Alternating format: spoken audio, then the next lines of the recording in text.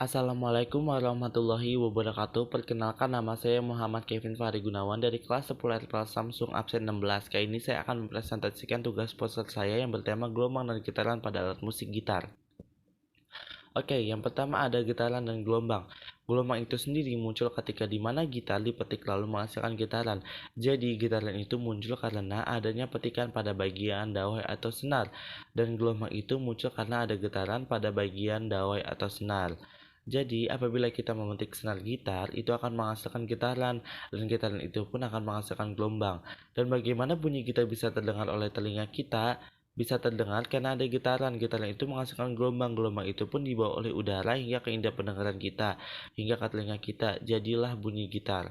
Oke, dawai atau senar itu apa sih? Dawai atau senar adalah benang yang dapat menghasilkan bunyi dengan frekuensi tertentu ketika digetarkan. Jadi apabila kita menggetarkan dawai atau senar itu akan menghasilkan frekuensi yang berbeda-beda, nada yang berbeda-beda. Setiap senar gitar memiliki nada yang berbeda-beda, punya ketukan yang berbeda-beda. Ada A minor, C minor, atau lain-lainnya. Ada G atau D atau lainnya.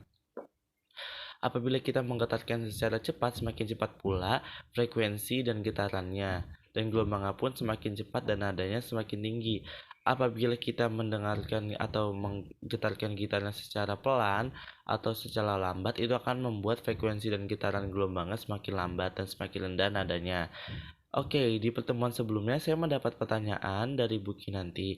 Mengapa gitar itu bisa mencapai nada tinggi dan nada rendah?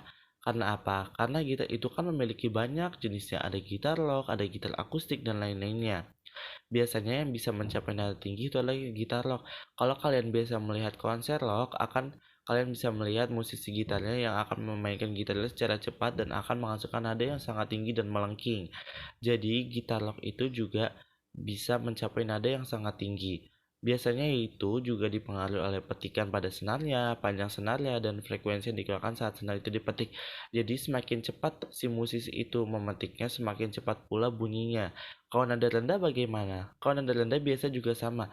Kalau biasa kalian melihat penyanyi-penyanyi yang slow, penyanyi-penyanyi biasa, atau penyanyi-penyanyi yang suka bernyanyi di kafe, kalian bisa melihat pemain gitar akan menyanyikan nada yang sangat rendah. Itu biasa dia memetiknya secara pelan. Jadi apabila kita memetiknya secara pelan, efeknya juga sangat pelan, frekuensinya juga semakin lambat. Jadi efek petikan, panjangnya, gelombangnya akan semakin rendah kalau kita memetiknya secara pelan.